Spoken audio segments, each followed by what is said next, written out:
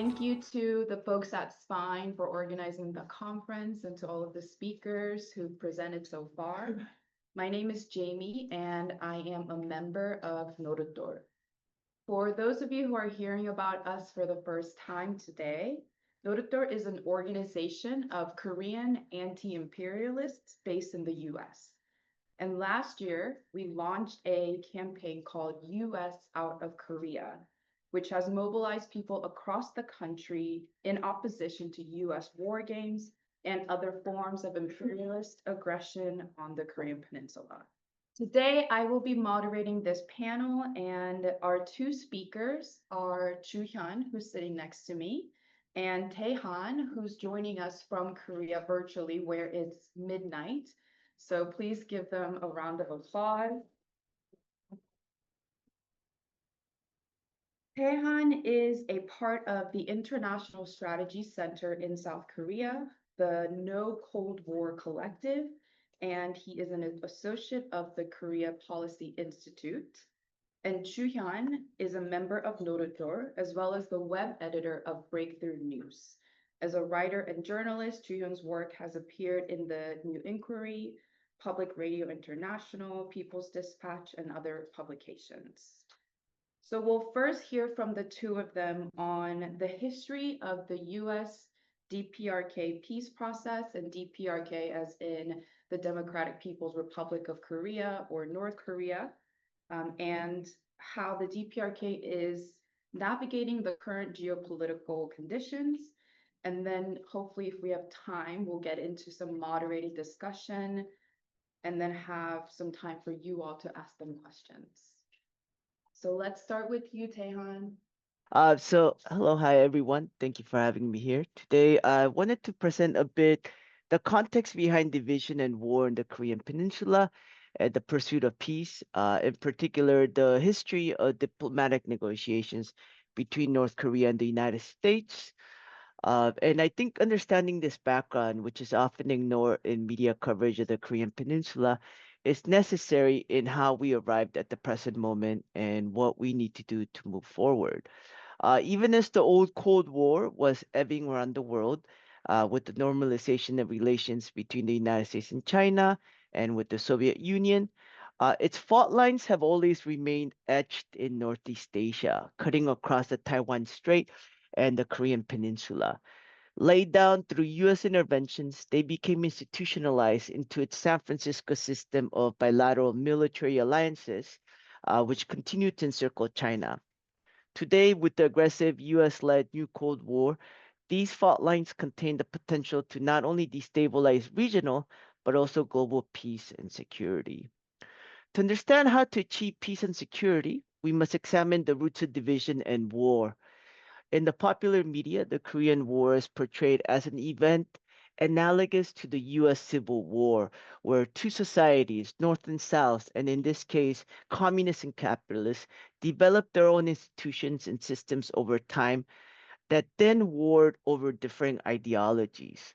Lost is the truth that South and North Korea were born when the US arbitrarily divided Korea. There were no two different countries, societies, or peoples. In the Japanese colonialism that preceded it, there were Koreans that had fought for independence and liberation, and the reviled minority that collaborated with Japan's brutal colonialism.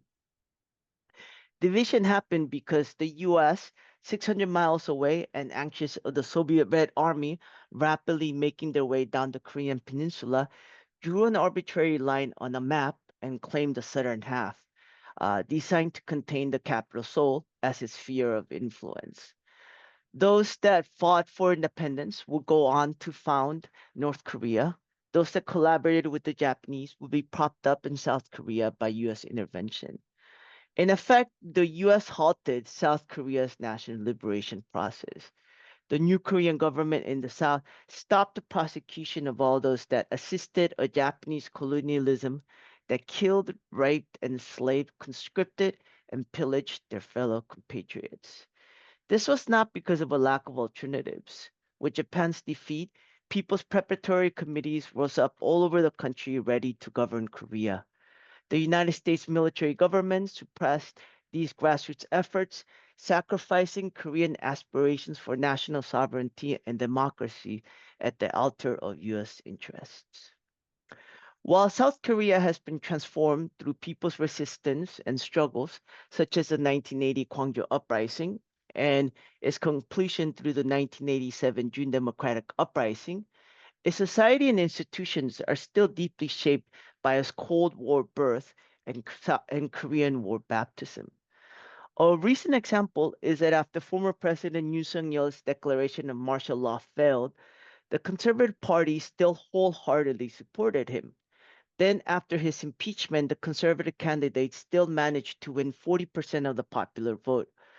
A large part of this 40% is the legacy of the Cold War, which hangs as a yoke around the neck of Korean sovereignty. Without a mass movement to shake off this yoke, South Korean politics remains semi sovereign. This semi-sovereignty is reflected in the various attempts by liberal presidents to carve greater autonomy in inter-Korean relations, ultimately limited and constrained by U.S. foreign policy and geopolitics.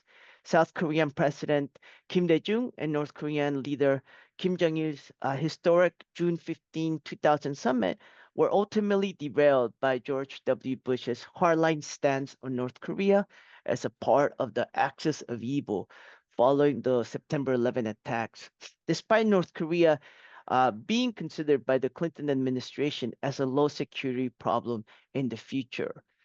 More recently, efforts by the 2017 to 2022 Moon Jae-in administration were derailed by a Trump administration that withdrew from negotiations with North Korea right before the finish line. In the aftermath, when North Korea's Kim Jong-un offered to work with Moon to independently reopen the Kaesong industrial complex at the DMZ and North Korea's Kumgang tourism projects, the Moon administration responded that it would first need to consult with the US. Then, of course, COVID happened and the moment passed. Despite the liberal attempts at improving inter Korean relations, North Korea has always understood that the US has the final say in South Korea. This has meant that achieving peace and reunification in the Korean peninsula has always required the normalization of relations between North Korea and the United States.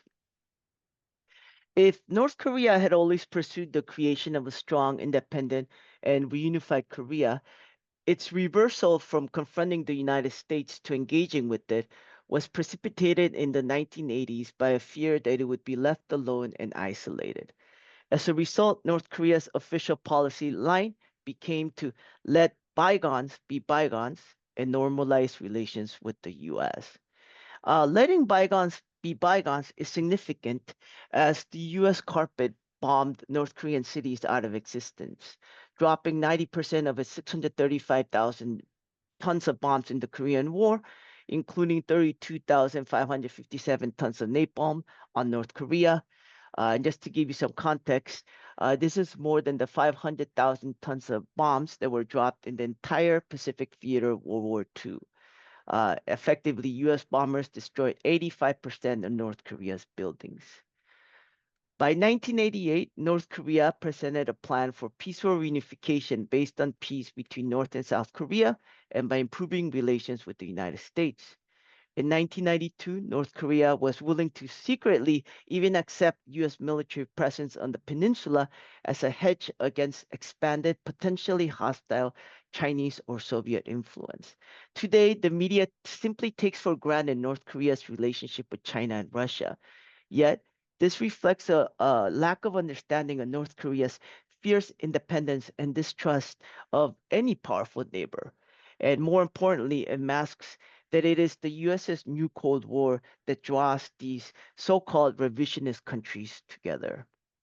However, North Korea's strategy of normalizing relations with the US was to be achieved as an equal rather than a supplicant. Reading Siegfried Hecker's book, it becomes clear that the US drove North Korea towards nuclear armament. North Korea's two-track policy ensured that when diplomatic negotiations collapsed or stalled, North Korea could contribute to its security while achieving negotiating leverage by developing its nuclear program. As the US pushed the goalposts of negotiations, dragged its feet in fulfilling its promises, effectively waiting for North Korea under heavy US sanctions to collapse under the weight of historic natural disasters or changes in leadership. North Korea would simply switch to the nuclear track to ensure its security. So in the process, it went from the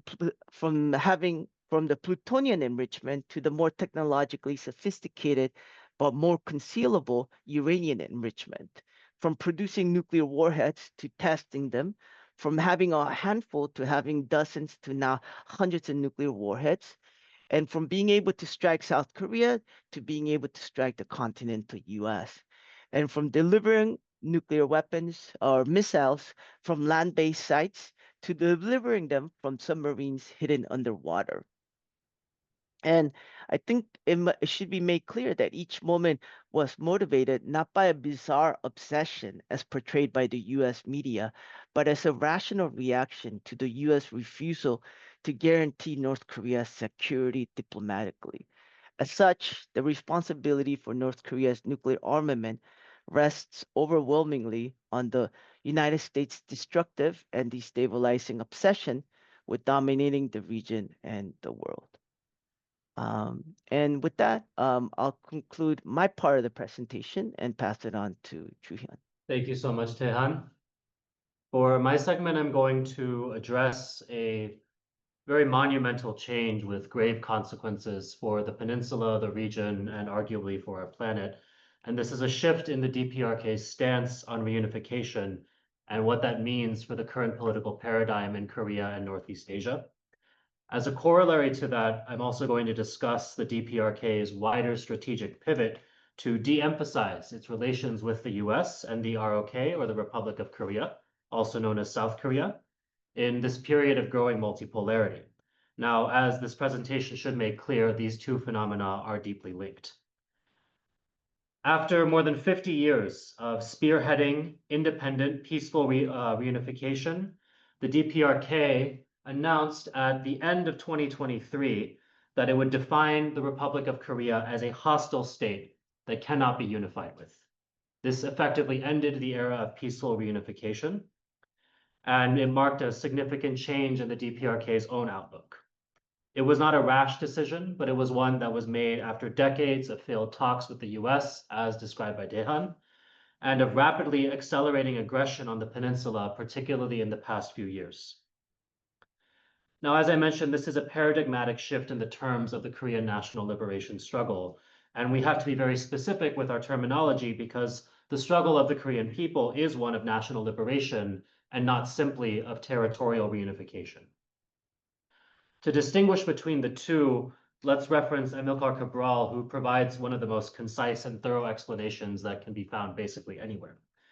He says, "We have seen that violent usurpation of the freedom of the process of development of the productive forces constitutes the principal and permanent characteristic of imperialist domination, whatever its form. We can therefore conclude that national liberation exists only when the national productive forces have been completely freed from every kind of foreign domination." So a national liberation struggle is not simply a struggle for political independence or territorial sovereignty. And what makes national liberation anti-imperialist is not what Cabral calls flag independence. It is the actual reclamation of the productive forces of a society from control by imperialist rentiers. That makes socialism the only path to ensuring the national liberation process is completed without lapsing into neocolonialism after independence. For Korea, the implications of this are complex because the road to national liberation has been uneven. The history of the national liberation struggle only began when imperialist domination reached Korea in the 19th century. Korea was at the time a feudal society, and so naturally the struggle against imperialism began as a struggle of the peasantry against monopoly capital, which by then had already begun to privatize land and to fix agricultural production to market forces. The Donggak Peasant Revolution in 1894, which there is an artistic rendering of here on the left of this slide, was the first instance in which that struggle took on an armed and mass character. After annexation by Japan in 1910, the terms of the struggle shifted to national independence as the political precondition for the reclamation of the productive forces. Now, the defeat of Japan in World War II created a window for that independence to be realized, but the intervention of the US, which divided Korea and occupied the southern half, interrupted the national liberation process once again. So while in the North, land reform, the nationalization of industry, and an agrarian revolution proceeded, the political forces that would have carried this out in the South were liquidated in a counter-revolution. Therefore, following division, reunification became the necessary solution for the completion of the national liberation process. Now, it was only in the 1970s that the position of independent peaceful reunification was realized as an inter-Korean paradigm, after the ROK and the DPRK signed the July 4th North-South Joint Statement. This statement promulgated 3 principles that define peaceful reunification as such: independence or non-interference by foreign powers, great national unity to transcend differences in ideology, and peaceful methods without the use of arms. Now, in spite of those principles, a common model of reunification was never actually achieved. The DPRK and some progressive forces in the South advocated a federal model with centralized legal, military, and diplomatic authority. No ROK government, however, ever endorsed that federal model. Some liberal presidencies preferred to promote the idea of a confederation. Yet for South Korea's right wing, the implicit model of reunification was always one of regime change, annexation, and capitalist restoration to ensure the survival of capitalism overall. Now, in Korea, that model is referred to as reunification by absorption. So even with legal agreements adhering to common principles, reunification was always subject to different interpretations and objectives, whether to expand liberation or, on the other hand, to expand capitalism imperialism. Now, recently ousted President Yoon Suk-yeol brought official ROK policy closer to an embrace of reunification by absorption than any other head of state. However, the ROK, even under liberal presidents, never fully pursued peaceful reunification according to the principles agreed to by the 2 governments. It never broke from Washington to pursue this process on independent terms, and therefore its complicity in imperialist aggression against the DPRK never ended. In practice, the objective of regime change was never really abandoned. Even when it was not an explicit goal of the ROK government, the US never gave up on its goal, and the ROK never gave up on its relationship with Washington. Now, in recent years, this aggression on the part of the imperialist bloc has become almost daily. In 2023, the ROK and the US broke previous records by holding 200 days of war games out of the calendar year in Korea. In 2024, that record was broken again, with 275 days of war games out of the calendar year. And it's anticipated that this year, that record will be broken once again, meaning that we are now at a point where the US military is rehearsing war nearly every day of the year. A new intergovernmental body, the Nuclear Consultative Group, has now held drills practicing the use of nukes in Korea for the past 2 years, including this past September. And since 2023, the ROK has joined a new anti-DPRK trilateral security cooperation with Japan and the United States, known as JACUS. And the 3 militaries now join forces in annual war games known as Freedom Edge. So it's based on this history and the present reality that the DPRK has arrived at the conclusion that peaceful reunification is no longer possible. In a recent speech, Kim Jong-un has made the position of his government even clearer than before. He said, "I'm going to make our stance towards the relationships with the ROK clearer. We have no reason to sit together with it, and we will do nothing together with it. We have no intention to get reunified with the country which has entrusted its politics and its defense to foreign forces. The reunification of the 2 entities, which have become completely heterogeneous and mutually exclusive, can never be achieved unless one of them ceases to exist. Reunification is never needed." So what does this new position mean? It means that the era of peaceful reunification, based on the principles of the North-South Joint Statement, have come to an end. This paradigm of peaceful reunification was always premised on a bilateral process between the 2 states, and now one of those parties is no longer willing to engage, meaning that the bilateral process cannot exist. This changes the terms of the national liberation struggle, and it places us in a new era of Korean history. There is a new reality we have to assess and adapt to. By rejecting peaceful reunification, the DPRK is not rejecting either diplomacy or peace. It is recognizing that the real situation makes dialogue impossible and makes peace only attainable for the moment through overwhelming deterrence. We should take that assessment very seriously. Imperialist aggression in Korea is at its highest point since the 1953 Korean War armistice. That escalation can only end in one of two ways, either in total rapid de-escalation from the aggressing side or the return of full-scale war. The DPRK, for its part, has made clear what it now seeks from the US, and there are still terms to be achieved.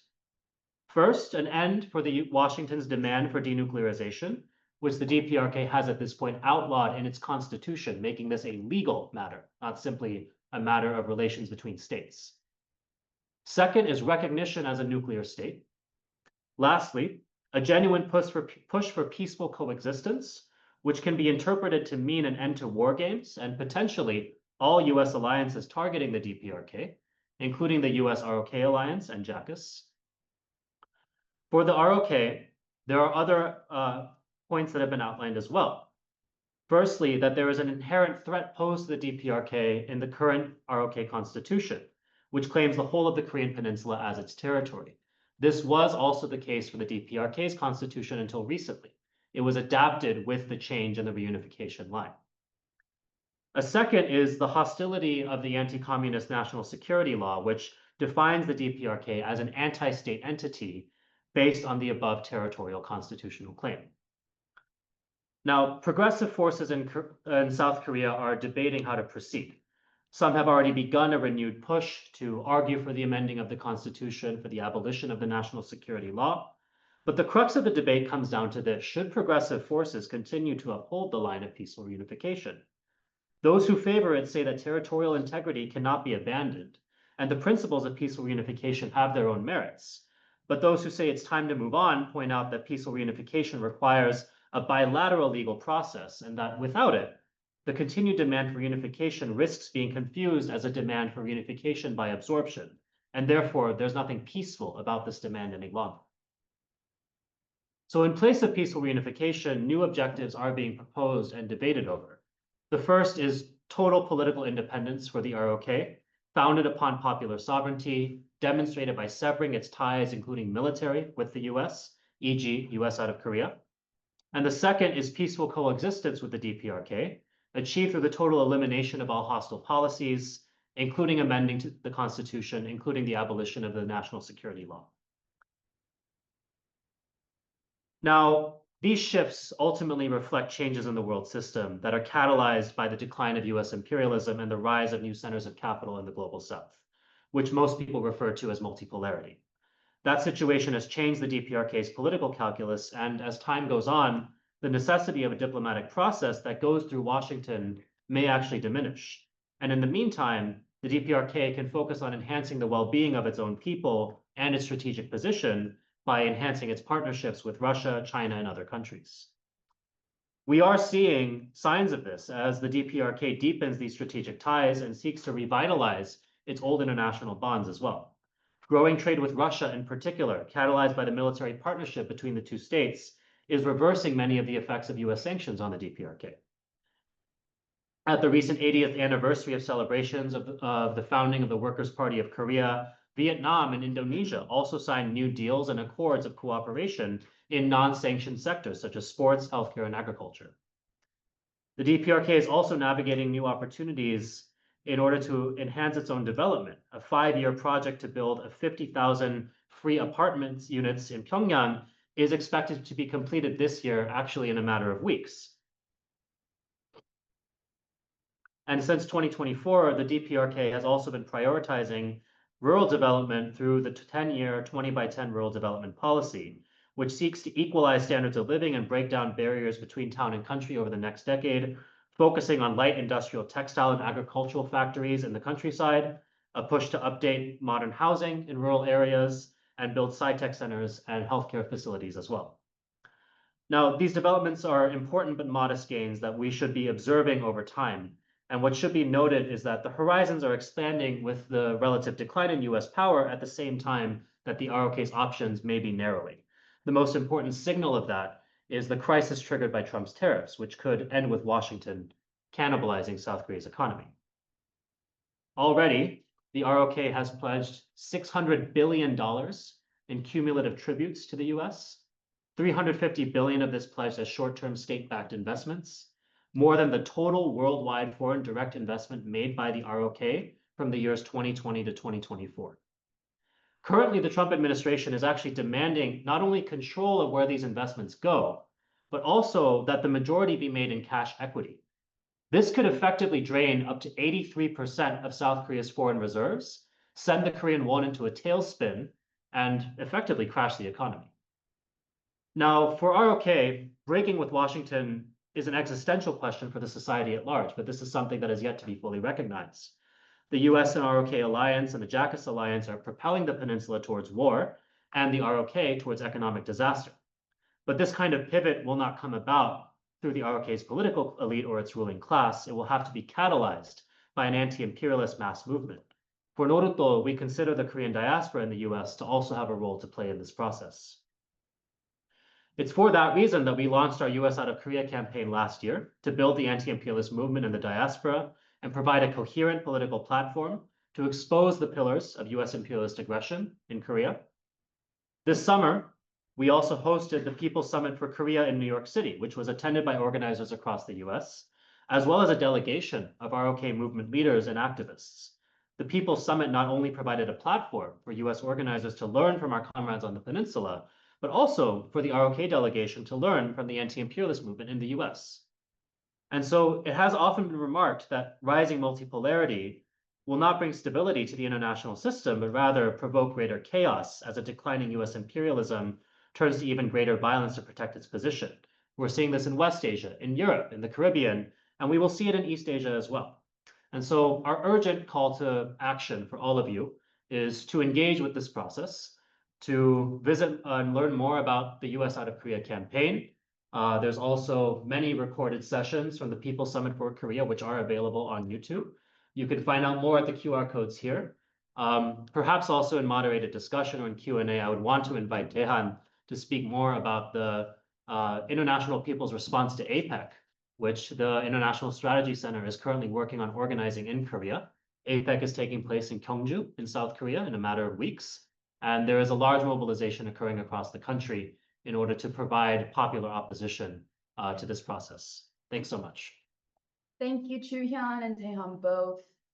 I imagine there will be a lot of audience questions, so I want to save a lot of time for that.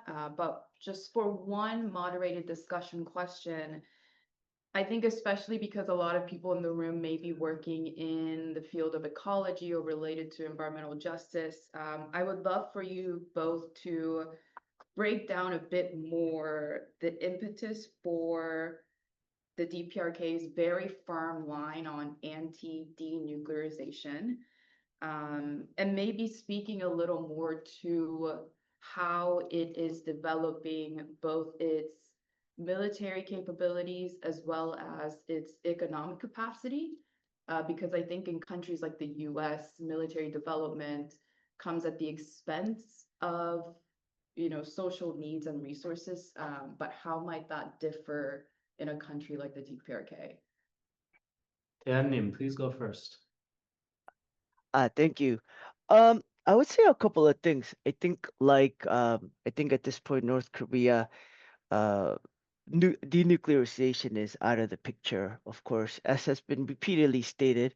I think at different moments, uh, it was a possibility, but I think in each of those moments, the United States chose to basically wait for North Korea to collapse or whatnot, and basically stalled in the diplomatic process. I think there were key moments, especially under Bill Clinton, where this was like a huge possibility. And in fact, uh, during this period of like engagement with North Korea and taking North Korea's security concerns seriously, there were like major breakthroughs that could have resulted in denuclearization, but it didn't. And the fault lies squarely on the shoulders of the United States, mostly because it constantly, there were changes in administration, they shifted their policy, or September 11th happened, or they decided to just wait when there were like internal shocks within Korea to basically wait for it to collapse, North Korea for it to collapse or whatnot. So I think in that regard, like denuclearization is off the table, but I think there are things that are significant. Like there could be like a process of freezing further development of this nuclear program, right? And as I've mentioned, like it's not just about having a nuke or not having one. It's also about the ability to deliver them. It also has to do with how many nukes you have, right? All these things uh, are of value, right? So I think what North Korea probably is offering at the table is freezing its nuclear weapons program, which does have material benefit. Uh, and I would say ultimately, a denuclearization process uh, has to involve like a common security paradigm, right? Like security has to be guaranteed for everybody, right? I was watching something by the Council of Foreign Relations after Iran got attacked or Iran got bombed, and basically, the Council of Foreign Relations, they're not progressive or leftist, none of that. But there was a panelist that basically said, you know, it just proves the point that if you have the bomb, you don't get bombed, right? Yeah, I think that's a very effective summary of the logic at play here. We're not standing here today giving this presentation because we have some deep love of nuclear weapons. We're here at the Society for Peace, Internationalism, and Ecology for a reason, right? Because we support these things. But we also understand that this is a political world. And the question of why states arm or choose to disarm is ultimately a political question. I think Tehan has effectively covered, the reasons and the rationale behind the continuing armament of the DPRK. I kind of want to address the other side of the question regarding the DPRK's approach to ecology. I think, some things to keep in mind are that the DPRK historically is one of the lowest emitters of carbon emissions in the world. And it has also suffered some of the greatest effects of climate change. Many people have in their minds the image of the DPRK as a starving society, a famine-ridden society. That was the result of catastrophic once-in-a-century floods in the 1990s that occurred during a conjuncture of diplomatic isolation in the post-Soviet world.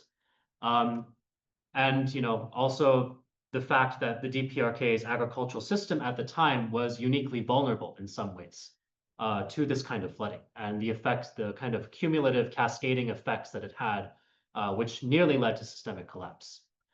The DPRK has learned the important lessons of guarding ecology from this experience. If you look at its 5-year plan since then, forest restoration, wetlands restoration, these are always part of the agenda. There's always massive amounts of labor that are devoted to this. The reconstruction of agriculture doesn't only take place from this kind of eco-modernist standpoint of just trying to expand the amount of harvest year to year as much as possible. They're thinking in terms of how do we build soil? How do we integrate agroecological methods to the extent that they are able to, given that they are not like agroecologists practicing in the global north who can, get all their inputs from anywhere in the world that they like, right? So they're pursuing this kind of balanced approach to ecology that is also paired with economic development founded on socialist principles. And it's a major part of how, they approach their central planning. So I think, these are things that bear a lot of lessons for states in similar positions. And it's not something that should be ignored. Of course, it is difficult to get effective data about these things, but we do know that it's overall a process that's happening. I think the ins and outs and the fine details will be things that will unfortunately need to wait a little bit of time before people on our side of the world have access to, but it is occurring. We can open it up for audience questions. I was wondering, what do you consider your organization's immediate objectives right now? And also, how are you guys thinking about yourselves as anti-imperialist organizers within the US? Like, what um what specific role do you think that anti-imperialist organizers within the US have amidst the broader struggle?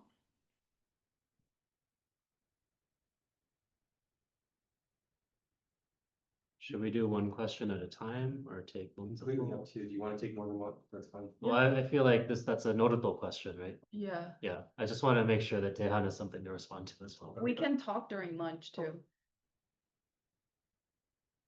Okay, so there is one other in this. You guys go ahead and pose your question.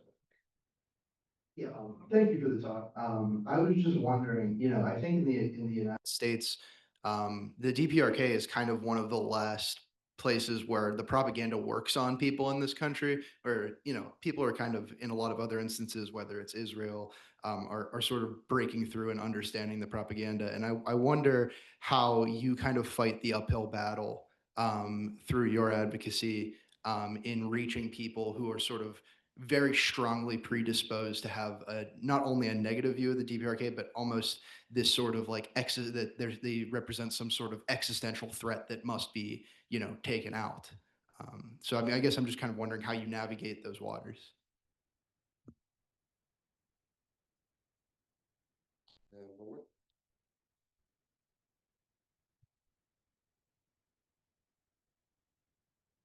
Hello, this question is more about the status of the struggle within the ROK.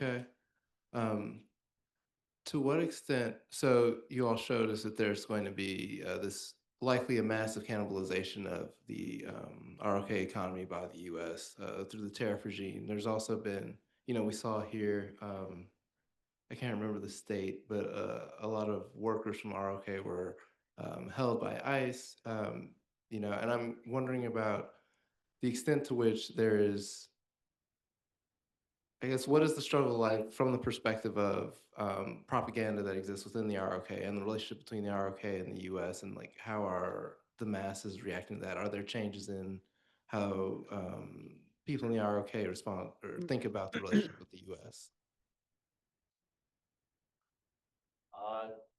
And maybe you could respond to that one first. I feel like you Sure. found you. Thank you.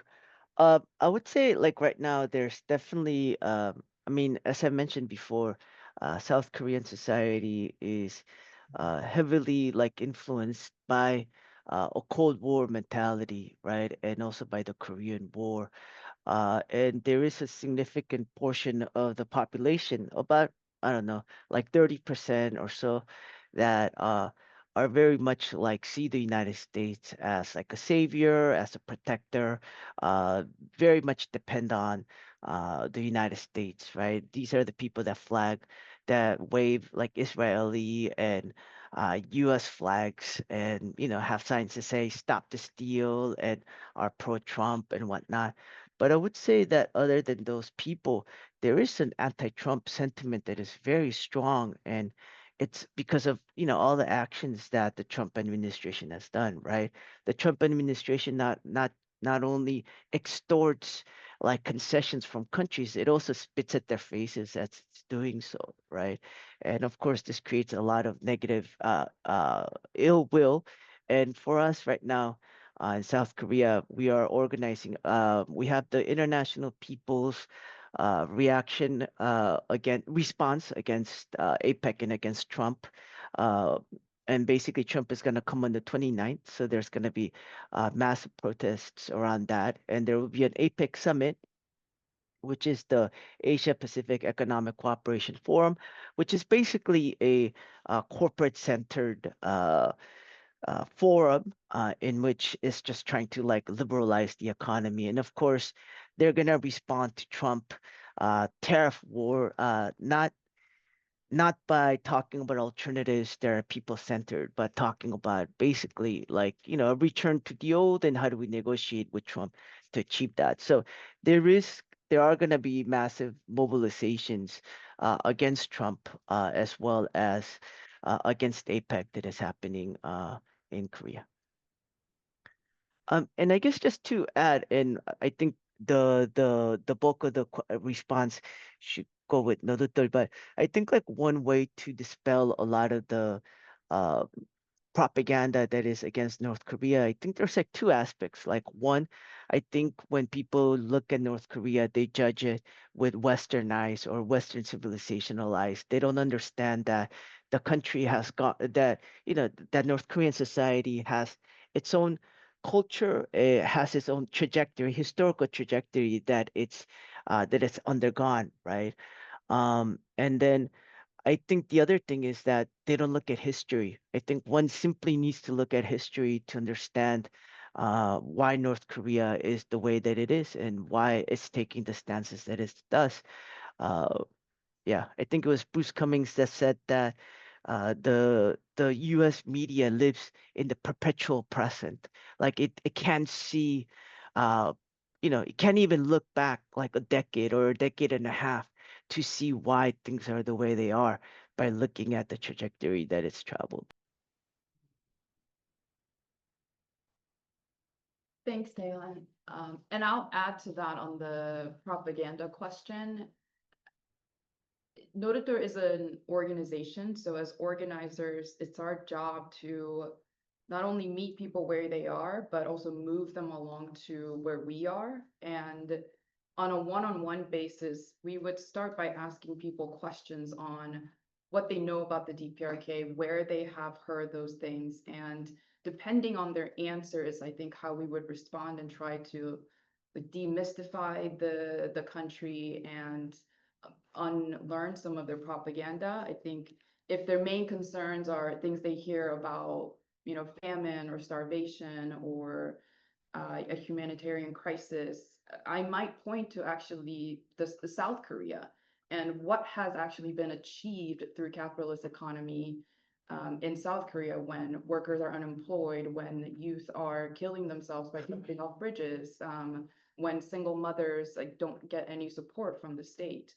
And if their concerns about the DPRK are like, the nuclear weapons, then I would do what we just did, go through history of why Korea is even divided, why the DPRK even had to develop its nuclear capabilities, the examples of all the other countries that have been ruined because they gave up their, nuclear development.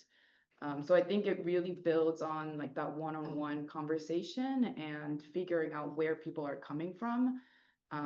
But outside of the one-on-one, I think generally Notator does a lot of political education and we put out so many resources like podcasts, interviews, we just put out a toolkit for political education around Korea so that individuals can do self-study or organizations can host, internal education. And we're also doing a lot of political education internally, like as Koreans ourselves, as members, so that we can be confident in defending and understanding our history.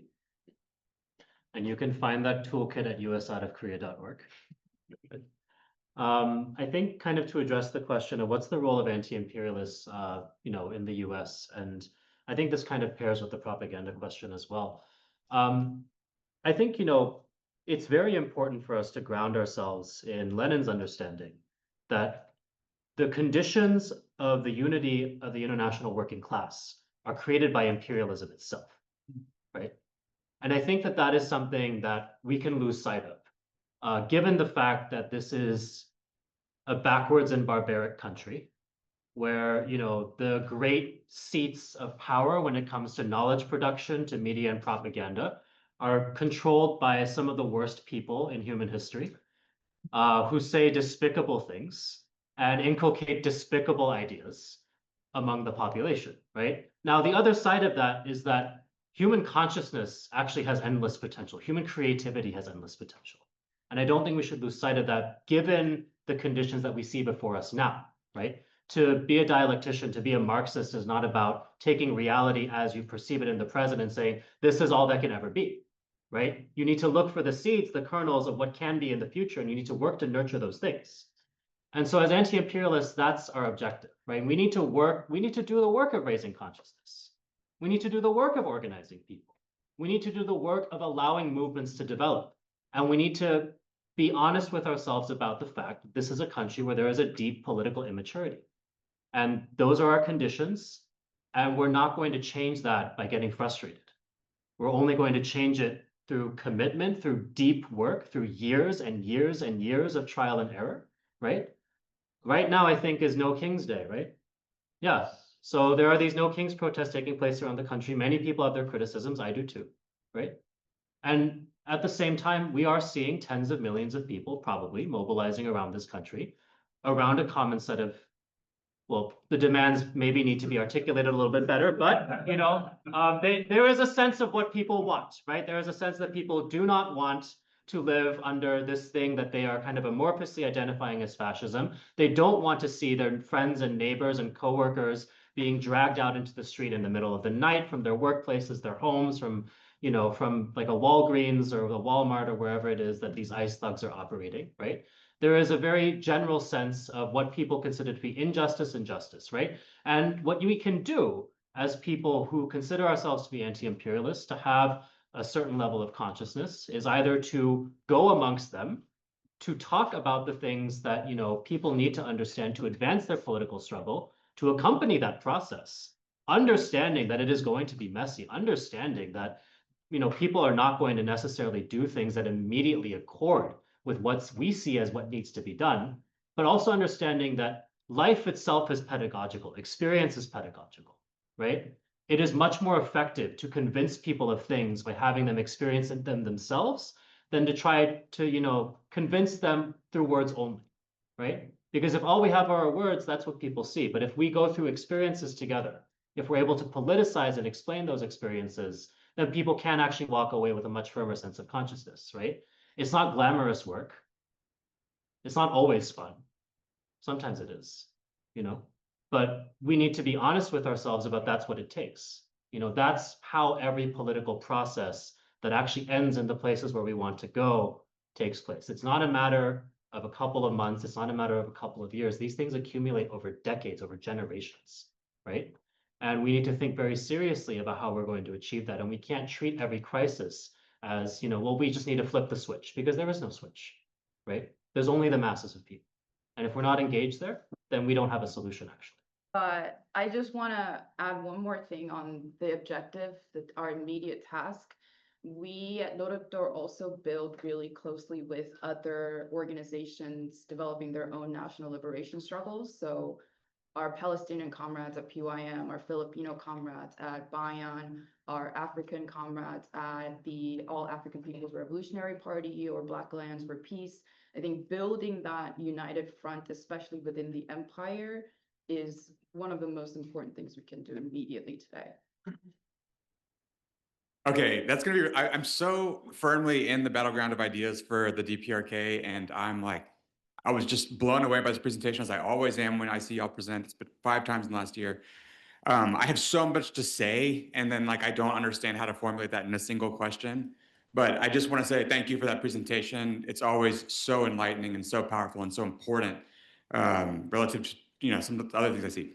My question is, I understand that the DPRK has been criticized in more Western ideological, colonialist, arrogant perspectives for being isolationist, right? However, I do think there's some historical background for this, right, in the sort of Sino-Soviet split and taking no side and sort of saying we're going to focus on development. It sounds like what you're saying now is that development is paying off, and contradictions in the capitalist economic order in South Korea are now deteriorating. And so those are the conditions for a more liberated Korean peninsula. My question is, has this shifted ideologically in Korea away from, say, we're the subject of our revolution and only we will decide, towards more popular cooperation with China? How does Korea relate, or the DPRK specifically, relate to what people are calling the Chinese century, and how China has become this superpower economically in the name of peace and ecology and pandemic response, et cetera? And again, thank you so much. That's probably a panel unto itself. There are often criticisms of the DPRK's ideology, the Juche idea, or Kim Il-sungism, Kim Jong-ilism, right? And I think, being unable to fully explicate everything right now, oftentimes that criticism, in my view, sometimes boils down to a little bit of intellectual laziness, particularly in the way that Chuche is often translated as self-reliance, which it can mean, but it's actually a much wider term than that. And so people often extrapolate, well, if you're self-reliant, therefore you're autarkic, you're isolationist, you don't want to deal with the rest of the world. But when you look at the actual history of the DPRK's practice, that's never been the case, right? You mentioned the Sino-Soviet split. The DPRK did not take a side in that. Its pivot was towards the non-aligned movement. And it actually spent the 60s, the 70s, the 80s deeply engaged in the struggles of Latin America, the struggles of for decolonization and to end apartheid in Africa. And it's also had a very long history of international relations around the world. So I think this idea that the DPRK seeks to be isolationist has never really been true. I think it's been maybe reinforced in certain conceptions, particularly in the last 30 years, because of the effects of the fall of the Soviet Union, because in practice, the DPRK did face diplomatic isolation for the past generation. And I think that's something that they're actually eager to reverse, because that was never their objective. It was never about saying that, when they say that, the Korean Revolution is something that needs to be undertaken by Korean people, they're not saying that no one else matters or that relations with other countries don't matter, right? Effectively what they're saying actually is that the people of any place need to take up the responsibility of transforming that place through a revolutionary process. And they can only do it through knowledge of themselves and their society and their own conditions, which I don't think is a statement that any Marxist has ever disagreed with. So I think, there's a whole world to be explored there in terms of the fine details and distinctions. It's probably too much to get into right now. But all to say, the pivot or the return really to, focusing on a wider world of foreign relations is actually not something that I would say is new. It's actually, in fact, a very old process for the DPRK. Yeah, and I don't know if you want to throw anything in there. I Yeah. wanted to great answer. I just wanted to add kind of a small anecdote. I was in Los Angeles, and I was working in Los Angeles as part of the bus riders union. And I remember one of our members was this guy from Nicaragua that had fought in the war. He was a Sandinista, and I remember one time he mentioned like a date, and and he was like, yeah, that's when Kim Il Sung, the great leader Kim Il Sung, passed away. And I was like, what?